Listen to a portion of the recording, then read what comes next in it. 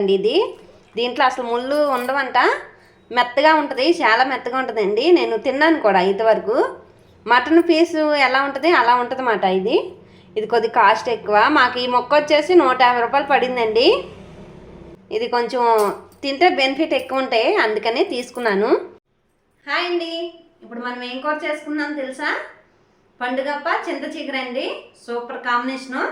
పండుగప్ప ముక్క అంటే తెలుసా మీకు? పండుగప్ప చేప, ఎండి చేపల్లోని రారాజు అని చెప్పొచ్చు, అలా ఉంటుంది. మటన్ పీసెస్ లాగా ఉంటుందండి, చాలా బాగుంటుంది.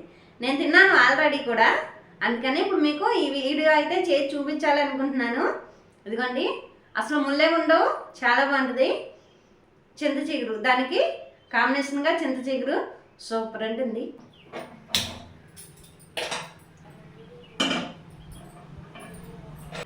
ఇదిగోండి, చిన్న గరిటతో ఒక రెండు గరిటలు అయితే సరిపోతుంది. పండుగప్ప ముక్కలు వేసుకొని వేయించుకుందాం. ఇదిగోండి, వేగుతున్నప్పుడు చిటికెడు పసుపు వేసుకోవాలి, అంటే నీచు వాసన అన్నది రాకుండా ఉంటుందన్నమాట. వేగేప్పుడు కొంచెం పసుపు వేయాలి.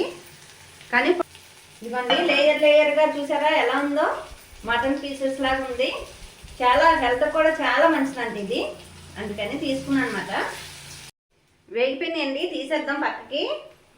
పిల్లలకు కూడా మంచిదే, వేసేద్దాం.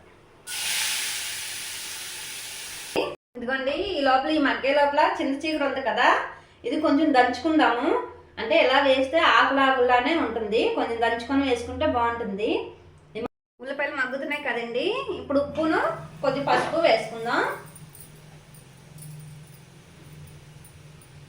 ఆల్రెడీ ఈ ముక్కల్లోనూ ఉప్పు ఉంటుంది, అందుకని తక్కువ వేసుకుందాం చూసుకొని. సరిపోతే మళ్ళీ వేసుకోవచ్చు. ఇదిగోండి, చింత చిగురు అయితే ఇదిగో ఇలా చేసాను. కొంచెం మిక్సీలో వేసి ఒక్క తిప్పు తిప్పేసానండి, అంటే దంచుకునే పట్టుకు కొంచెం టైం పడుతుందని. దంచుకుంటే మట్టుకు ఇంకా బాగుంటుంది. ఇదిగోండి, మెచ్చుకోండి, వాటే ఐడియా అని. ఇదిగోండి 1 స్పూన్.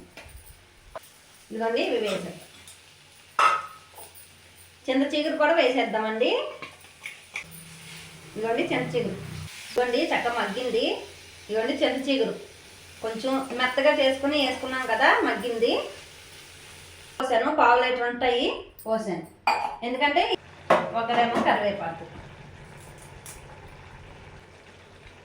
కర్రీ అయితే పర్ఫెక్ట్గా వచ్చిందండి, సూపర్ అదిరింది కూడా.